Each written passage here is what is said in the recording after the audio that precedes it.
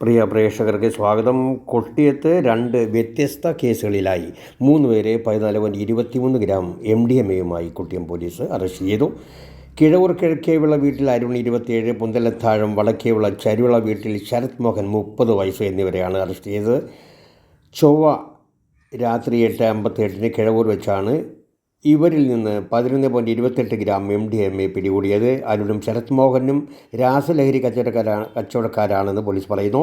തഴുത്തല HMC കോളനിക്ക് സമീപം വീട് വാടകയ്ക്കെടുത്താണ് ഇവർ ലഹരി വിൽപ്പന നടത്തി വന്നത്. തിരുവനന്തപുരത്തുള്ള സുബിൻ എന്ന ആളാണ് ഇവർക്ക് MDMA നൽകിയതെന്നും വിവരം ലഭിച്ചിട്ടുണ്ട്. ശരത് മോഹനെതിരെ ലഹരി വിൽപ്പനയുമായി ബന്ധപ്പെട്ട് കൊല്ലം വെസ്റ്റ് പോലീസിൽ കേസുള്ള ഈ കേസിൽ പിടികിട്ടാ പുള്ളിയായിരുന്നു ഇയാൾ. ഇന്നലെ പുലർച്ചെ 3:45 കോടാലിമുക്കിൽ നിന്നാണ് വെറ്റിലത്താഴം മുരളി സദനത്തിൽ അനന്തകൃഷ്ണൻ 23 അറസ്റ്റിലാകുന്നത്.